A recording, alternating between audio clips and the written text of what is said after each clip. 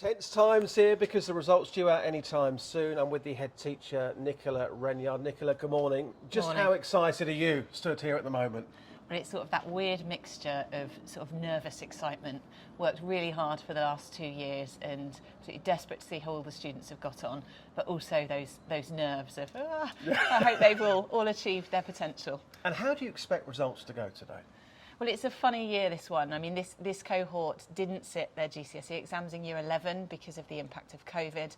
You know, we've had a few years now with teacher assessed, centre assessed grades, and last year's grades were sort of reported to have different grade boundaries. So we're expecting this year to be a really good one for our students, but perhaps to be slightly down on the last few years, but maybe more aligned with 2019 and the results that we saw last time we had real exams pre-COVID. And of course, with a pandemic, this is the first time in, I believe, 4 years that students are actually coming to the school to pick up their results again, to be together when they get those results. That's going to be quite something. Yeah, it's a real community event, and it has been a few years now since we've been able to do that. And there's, you know, it's a fantastic time to celebrate with our students, and that elation and that joy, and to share that face to face is really special.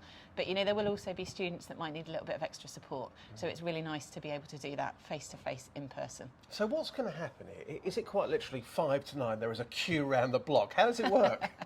I think there might be. I'm sure lots of our students are waking up, getting ready now as they sort of have breakfast, or maybe feeling too nervous to have breakfast, and will be heading in. And then there'll be a whole buzz of activity around our sixth form centre, which we're just outside of this morning. And the students will come in, they'll receive their results in an envelope, and you know, might sort of take themselves away to a corner, and then we sort of hope to celebrate with them. And how did you sleep last night? Not very well. Because it's a really big, it's significant for you today as the head teacher. It's your first one, isn't it, like this? That's right, yeah. My first year as head teacher here at Wycombe High School, so my first set of results. And I think when you go into teaching, you sort of never lose that nervousness over a results day. So you have it every year, and this year it's sort of magnified tenfold. But come on, if everyone had failed miserably, we wouldn't be here today. There's got to be some good news, surely.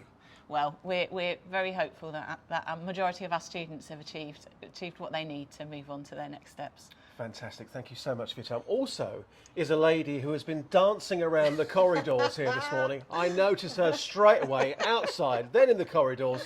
You seem very excited. Good morning. What's your name? What do you do here at the school? Good morning. I'm Antonia Ashwin. I'm the exams manager here at Wycombe High School.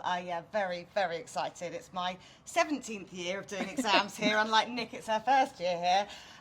So I'm so excited to see the girls back in, enjoying, hopefully celebrating. We'll wait and see their results that they really deserve.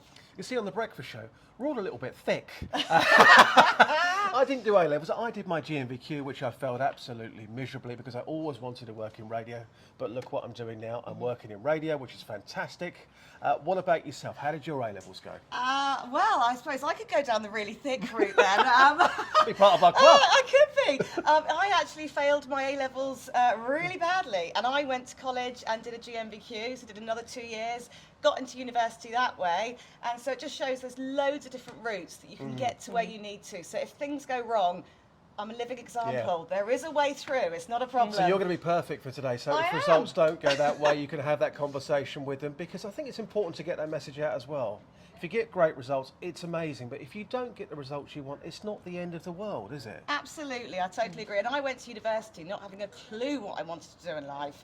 I did a tourism degree, and now I'm the exams manager at this wonderful grammar school. So as exams manager, you've probably heard all the excuses. You're in charge of the exams. I need to go to the toilet. I need this.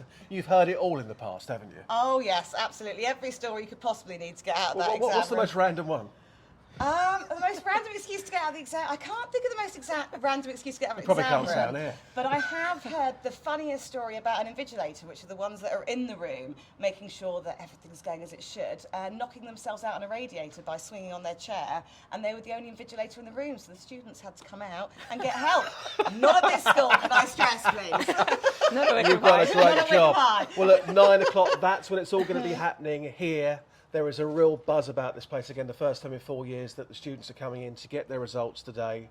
It's been great speaking to you both, and I will be here at 5 to 9 for the chaos and the madness. Thank you so much. Thank you very much. Thank you. Interesting stuff. There you go, Andy.